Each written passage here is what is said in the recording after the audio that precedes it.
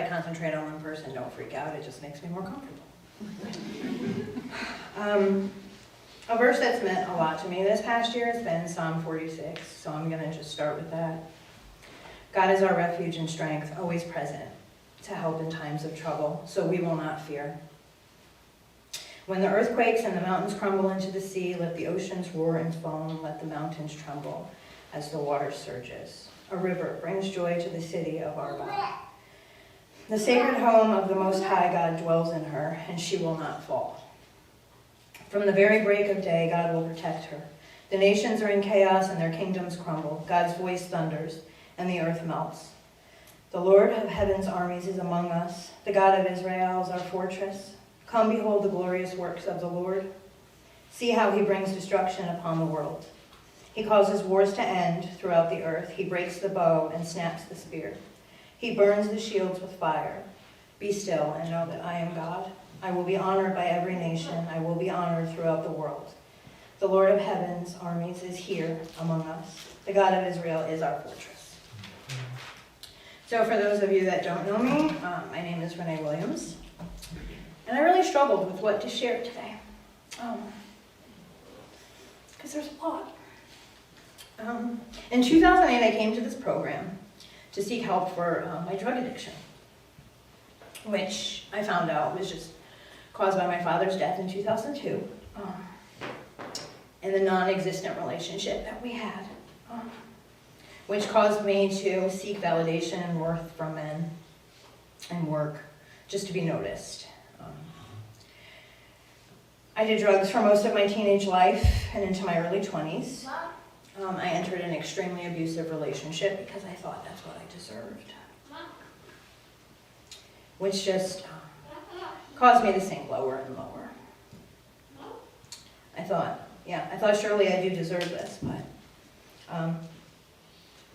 after my father died when I was 19 and my mom couldn't handle it, it left all the responsibility on me.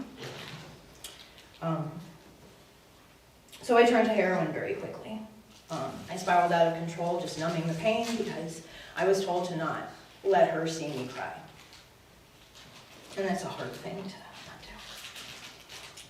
not do. I found myself in and out of prison at that time because of just stupid choices.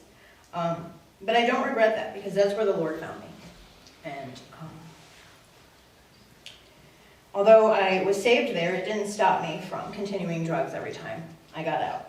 Even when I was homeless and alone, and I found false comfort in numbing my pain, I encountered a lot of abuse being on the streets, so I numbed even more.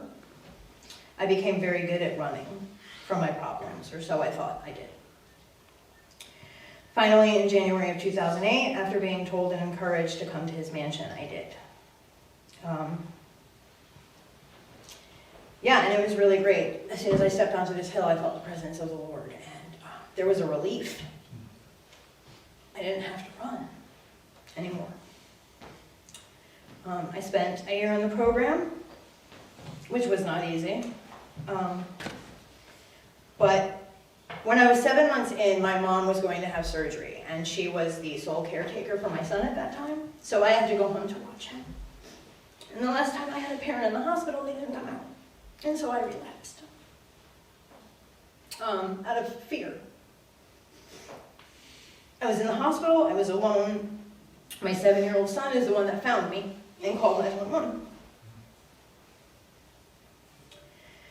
So I called the mansion when I woke up.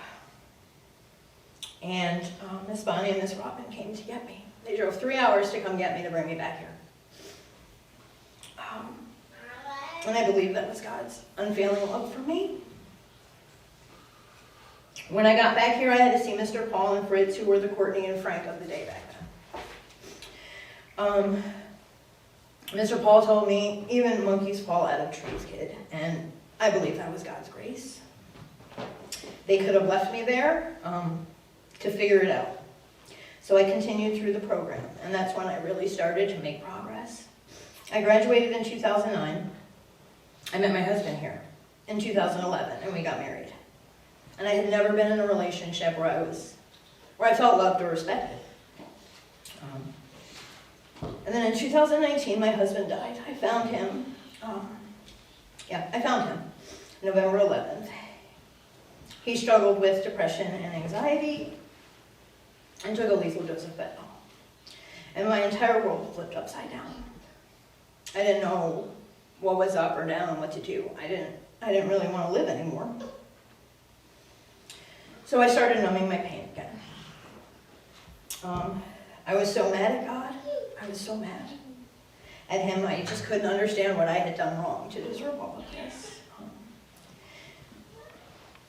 I spent the next year numbing and being angry, and my friends and family saw me spiraling and encouraged me to come back here. And I thought, that's crazy. Why would I do that? But I believe the Lord intervened. His mansion started popping up on Facebook posts, and people that I was in touch with then were like reaching out to me. And then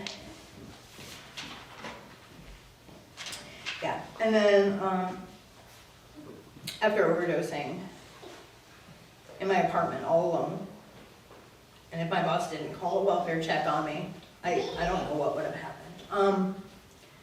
I decided it probably was time. And the verse in Ezekiel comes to mind. I just want to share that with you guys because it brings a whole new meaning. I don't know. The hand of the Lord was on me, and he brought me out by the Spirit of the Lord and set me in the middle of a valley. It was full of bones.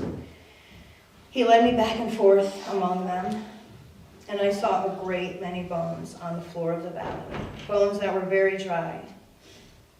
He asked me, "Son of man, can these bones live?" I said, "Sovereign Lord, you alone know." Then he said to me, "Prophesy to these bones and say to them, dry bones, hear the word of the Lord. This is what the sovereign Lord says to these bones. I will make breath enter you, and you will come to life. I will attach tendons to you and make flesh come upon you and cover you with skin. I will put breath in you, and you will come to life. Then you will know that I am the Lord." And the Lord breathed life back into me that day, and he's been doing it ever since. When I was released from the hospital, I called Alex, and my journey began. And it's been a hard road. But I have learned so much in this past year about God's sovereignty and his faithfulness and his love. Even if I can't see it immediately, he reveals it. He's never been absent. He's never left me alone. And I can honestly say that God is good all the time in all situations.